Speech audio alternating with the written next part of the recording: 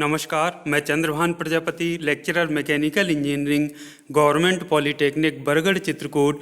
आप सभी का एक बार फिर से अपने YouTube channel polytechnic liberal learning में हार्दिक स्वागत एवं अभिनंदन करता हूं।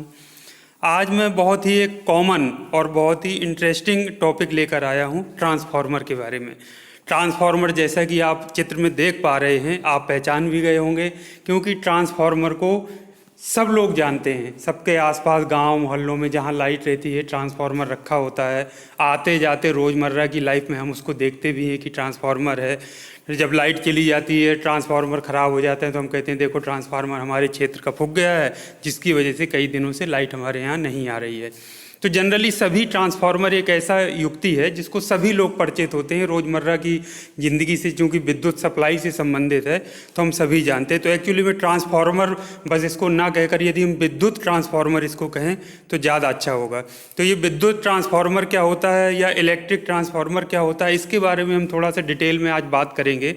इसके साथ साथ जो थ्योरी में हम ट्रांसफार्मर पढ़ते हैं और जो प्रैक्टिकल में हम जो देखते हैं, उसमें अंतर क्या होता है, क्या हम उसको समझ पाते हैं, कोरिलेट कर पाते हैं, इसको भी आज हम समझने का प्रयास करेंगे।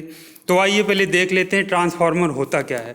कोई भी हो टॉपिक पढ़ने से पहले अगर हम थोड़ा सा उसके शब्द को समझ लें तो हमको उसको टॉपिक को समझने में आसानी होती है।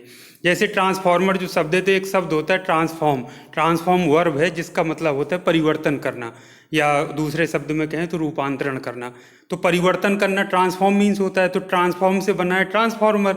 तो ट्रांसफार्मर जब हो गया तो इसका मतलब हो परिवर्तक, यानी जो किसी चीज़ में परिवर्तन करे, या रूपांतर करता यानी रूपांतरण करे, ऐसा कोई इक्विपमेंट या कोई चीज़ ऐसा होता होगा ट्रांसफार्मर।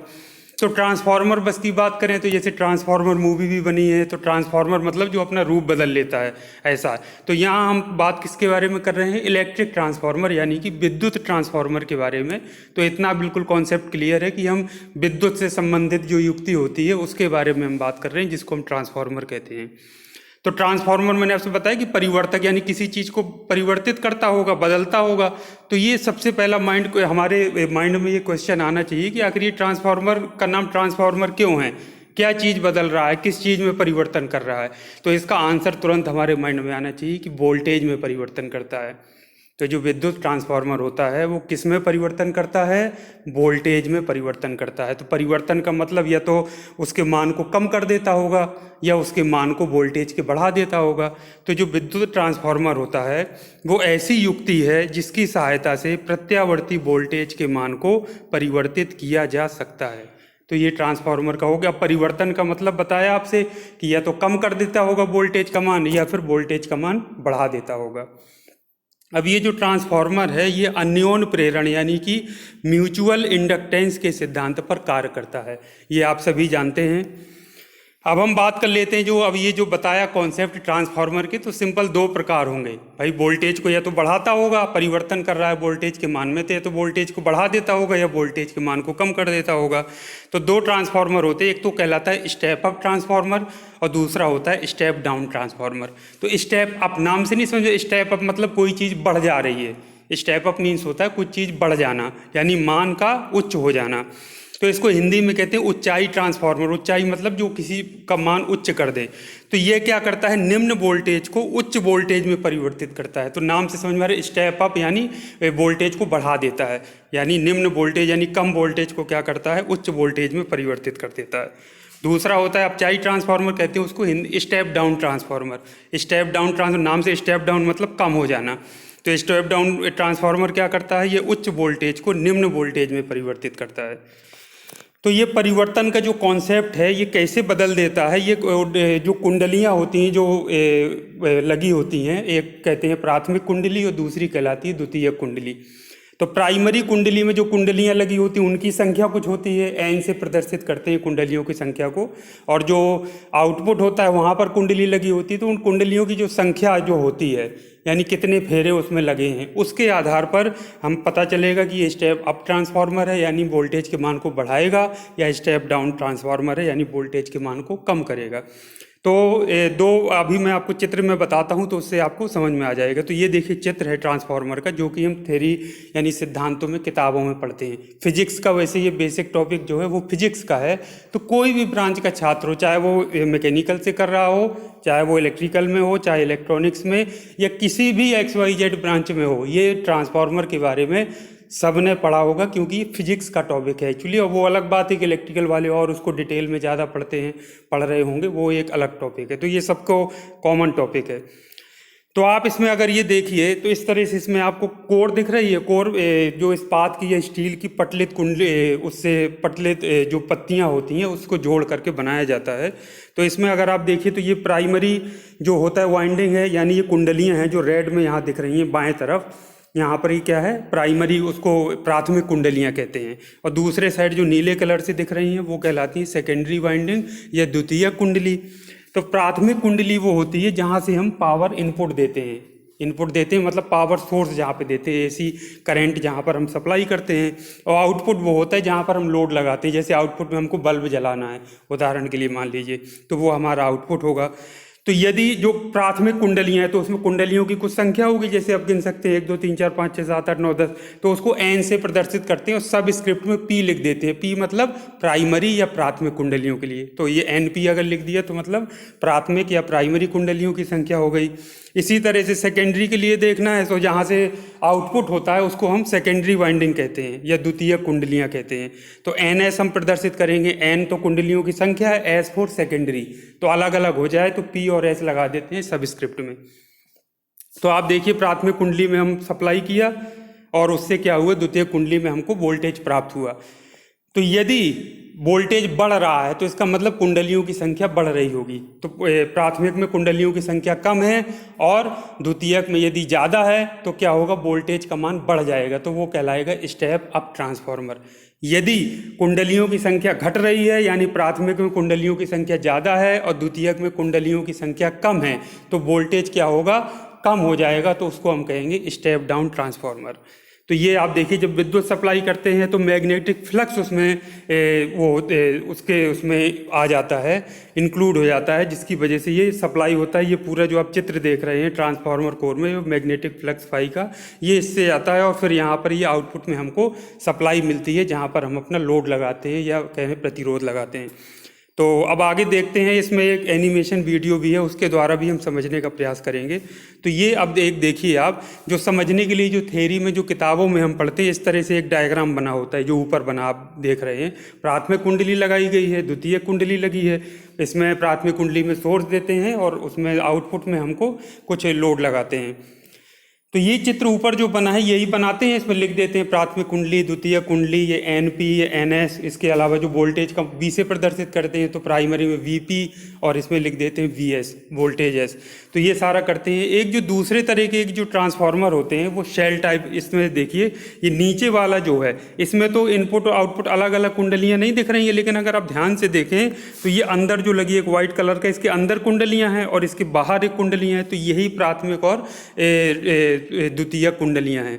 तो इनको क्या है, एक के ऊपर एक लपेट दिया जाता है। जैसे प्राथमिक कुंडली के ऊपर फिर उसके ऊपर ही कॉन्सेंट्रिक उसको लपेट दिया जाता है, तो उससे स्पेस की बचत होती है। तो घरों में जो विद्युत उपकरण बहुत सारे यूज होते हैं जिसमें ट्रांसफार्मर का यूज होता है, उसमें इस तरीके के ट्रांसफार्मर जो नीचे दिया गया है उनका इस्तेमाल इस समय ज़्यादा किया जाता है, क्योंकि उसमें फ्लक्स लीकेज कम होता है और एफिशिएंसी ज़्यादा होती है, यानी दक्षता उनकी ज़्यादा होती है।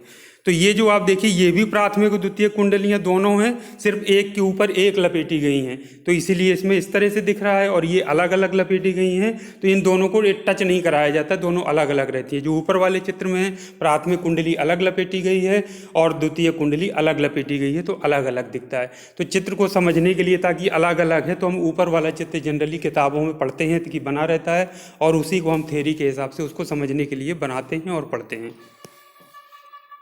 अब ये आप देख लेते हैं, कोर टाइप होता है, एक शेल टाइप होता है। तो कोर टाइप में आप देखिए, कोर टाइप वो होता है जिसमें जो कुंडली जो वाइंडिंग्स होती हैं तो वो कोर को कवर किए रहती हैं। तो ऊपर वाले में यदि आप ध्यान से देखें तो ये देखिए ये कोर है और कोर क्या कुंडलियाँ कवर किए हुए, ये देखिए यहाँ ये 3 फेस अगर है तो इस तरह से होगा। शेल टाइप जो होता है उसमें जो कोर के बीच में कुंडलियाँ होती है, चारों साइड देखिए कोर है और बीच में ये देखिए कुंडली, इसी तरह से कोर बिल्कुल कवर किए हुए हैं इसको और बीच में कुंडलियाँ हैं। तो सिंपल समझने के लिए हम समझते हैं कि यदि कोर टाइप है तो कोर को क्या होगा, कुंडलियाँ कवर किए हुए होंगी। देखिए दोनों साइड ये कवर किए, ये कवर, इसी तरह इसको यहाँ कवर किए यदि 3 फेज है। शेल टाइप में होगा तो क्या होगा, कोर जो है जो कुंडलियों को कवर किए होंगे चारों तरफ से, ये देखिए इस तरह से। तो इस तरह से हम समझ सकते हैं कोर टाइप है कि शेल टाइप, ये बनावट के आधार पर हम इसको कह सकते हैं। अब एक जो बड़ा इम्पॉर्टेंट प्रश्न है वो ये आता है, जैसे किसी स्टूडेंट ने मुझसे पूछ लिया कि सर ये बताइए, ट्रांसफार्मर तो हम ये पढ़ रहे हैं, ट्रांसफार्मर जो हम जानते हैं, जो रोज़ हम अपनी रोज़मर्रा की लाइफ में देखते हैं और सुनते हैं, विद्युत ट्रांसफार्मर बड़े बड़े रखे रहते हैं खंभों पे।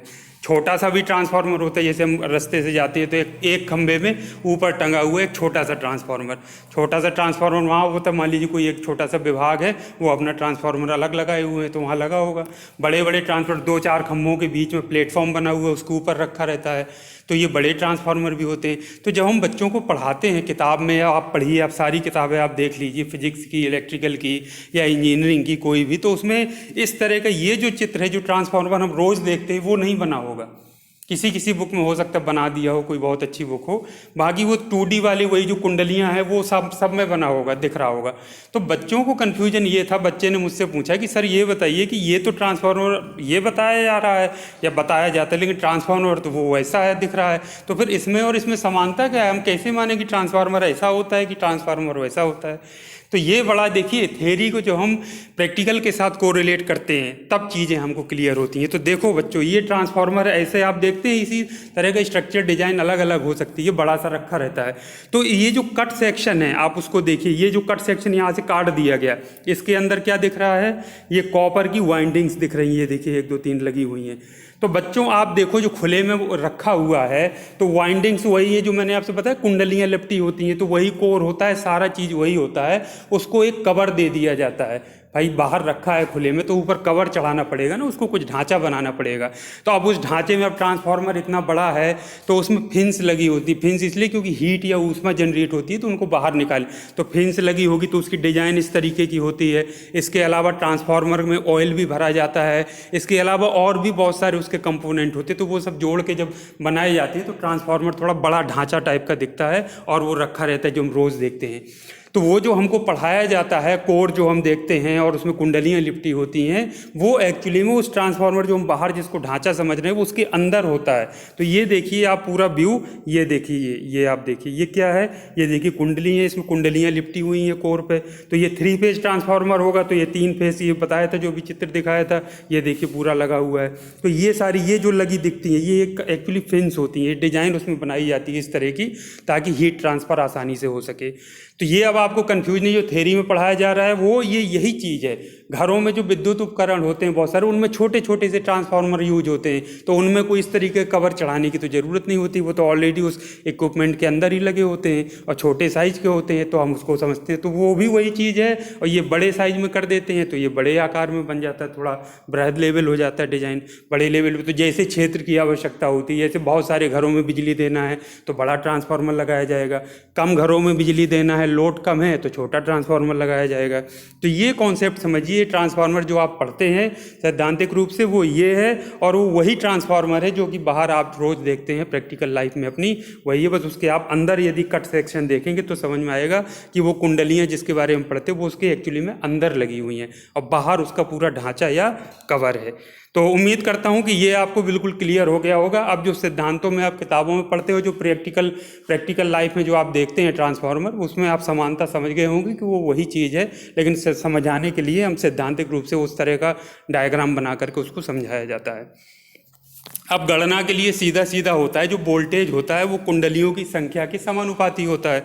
तो VS मतलब सेकेंडरी जो आपका कुंडलियों की संख्या, उसका वोल्टेज है आउटपुट, और VP क्या है, प्राइमरी यानी प्राथमिक यानी इनपुट का वोल्टेज है, बराबर होगा इसके कुंडलियों की संख्या यानी NS यानी सेकेंडरी में कुंडलियों की संख्या, और NP मतलब प्राइमरी में कुंडलियों की संख्या। तो आउटपुट में कितना वोल्टेज प्राप्त होना है, ये हो रहा है, ये हमको गणना करनी है। तो VS बराबर VP को इधर भेज देंगे, तो NS बटे NP गुणे VP। तो ये NS मतलब वो सेकेंडरी कॉइल में कितनी कुंडलियाँ हैं ये हमको पता है, प्राइमरी में कितनी है एनपी संख्या वो हमको पता है, तो मान रख देंगे गुणे प्राथमिक वोल्टेज कितना सप्लाई कर रहे हैं, जैसे 120 वोल्टेज हम सप्लाई कर रहे हैं तो वो हमको पता है, तो 120 रख देंगे, तो वीएस का मान यानी आउटपुट में कितना वोल्टेज हमको प्राप्त होगा ये हमारा निकल कर आ जाएगा। यदि वोल्टेज कम प्राप्त हो रहा है तो इसका मतलब है कि वो स्टेप डाउन ट्रांसफार्मर है, यदि वोल्टेज को बढ़ा रहा है तो वो स्टेप अप ट्रांसफार्मर है। सीधा सा कॉन्सेप्ट ये है। तो अब आइए वीडियो देख लेते हैं, जो एक एनिमेशन वीडियो है, वो आपको वीडियो बहुत अच्छा लगेगा, 2 मिनट का वीडियो है, उसको आप लोग जरूर देख लीजिए। तो वो हम वीडियो में आपको दिखा देता हूँ।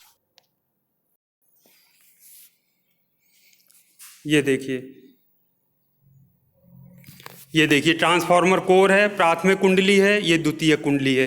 प्राथमिक कुंडली ये देखिए जो हाईलाइट हो रहा है ये प्राइमरी कहलाता है, यहाँ से सोर्स होता है जिसके द्वारा हम विद्युत धारा सप्लाई करते हैं। और ये देखिए रेजिस्टेंस है यानी कि लोड है जो आउटपुट में प्राप्त होता है, तो उसको हम सेकेंडरी कहते हैं। तो ये इस तरह से कुंडलियों को लपेट करके बनाया जाती है, प्राथमिक कुंडली तो ये द्वितीय कुंडली। तो इस तरह से ये कोर में इस तरीके से आपका लिपटी हुई होती हैं। ये आपको बिल्कुल क्लियर आपको दिख रहा है इस चित्र में, आप आसानी से देख सकते हैं। अब जो मेन चीज़ होती है स्टेप डाउन का जो बताया, तो स्टेप डाउन ट्रांसफार्मर है तो क्या होगा, प्राइमरी में जो कुंडलियों की संख्या है वो ज़्यादा होगी सेकेंडरी की तुलना में। स्टेप डाउन है तो सेकेंडरी में कम, स्टेप अप है तो कुंडलियों की संख्या सेकेंडरी में बढ़ जाएगी, यानी प्राइमरी में कम होगी कुंडलियों की संख्या, देखिए कम है, और सेकेंडरी में ज़्यादा। तो स्टेप अप मतलब सेकेंडरी में बढ़ गई। अब ये देखिए प्राइमरी में हमने क्या किया, ये 2D फ्रंट व्यू हम सामने देख रहे हैं, सोर्स से हमने सप्लाई किया और ये सेकेंडरी में हमको प्राप्त हुआ। तो ये किस तरह का ट्रांसफार्मर है, कुंडलियों की संख्या आप देखिए सेकेंडरी में कम है, तो इसका मतलब है कि ये स्टेप डाउन ट्रांसफार्मर है। ये देखिए विद्युत सप्लाई किया, ये इस तरीके से ये आपका सप्लाई स्टार्ट हो गई, और ये नीचे देखिए वोल्टेज ये बता रहा है कि किस तरह से वेरी कर रहा है। ये इसमें मैग्नेटिक फ्लक्स उत्पन्न हो गया, मैग्नेटिक फ्लक्स ये ग्रीन कलर से जो एरो के साइन है वो आपको दिखा रहे हैं, और आउटपुट में हमको क्या है वोल्टेज मिल रहा है। अब आप इसको देखिए प्राइमरी और सेकेंडरी, ये देखिए प्राइमरी कॉइलिंग है, ये तो स्टेप डाउन है क्योंकि कुंडलियों की संख्या कम हो रही है, सेकेंडरी में कम हो गई तो स्टेप डाउन ट्रांसफार्मर हो गया। और इसी तरह से यदि आपका स्टेप अप ट्रांसफार्मर है, ये अब देखिए उदाहरण गणना करके बता रहे हैं कि प्राइमरी में मान लीजिए 20 टर्न है, यानी कुंडलियों की संख्या 20 है, और सेकेंडरी में 10 है, तो और जो प्राइमरी में वोल्टेज है 120 वोल्ट है, तो सेकेंडरी में वोल्टेज कितना होगा उसकी गणना करना है। तो अभी मैं आपसे बताया था V सेकेंडरी V प्राइमरी बराबर T टर्न को कह रहे हैं, जो हम N लिखे थे उसको हम T भी लिख सकते हैं। तो ये देखिए सब मान रख दिए, 10 टर्न बटे 20 टर्न संख्या और 120 वोल्ट, तो VS बराबर जो मैंने फार्मूला भी आपको बताया था 10 बटे 20 गुणे 120, तो 10 बटे 20 0.5 गुणे 120 वोल्ट। तो ये कितना हो गया, सेकेंडरी में जो वोल्टेज है वो 60 वोल्ट। तो अब आप बताइए 120 वोल्ट का 60 वोल्ट हो गया, तो कौन सा ट्रांसफार्मर है, ये हो गया स्टेप डाउन ट्रांसफार्मर, यानी क्योंकि इसमें वोल्टेज कम हो रहा है, 120 वोल्ट से 60 वोल्ट हो गया। तो उम्मीद करता हूँ आपको ये समझ में आया होगा। तो इसी तरह से पढ़ते रहिए, नेक्स्ट और इसी तरीके के और भी इंटरेस्टिंग वीडियो के साथ मैं आपके सामने फिर आ जाऊँगा। तब तक पढ़ते रहिए। आज के लिए इतना काफ़ी है। Thank you very much. आपका दिन शुभ हो।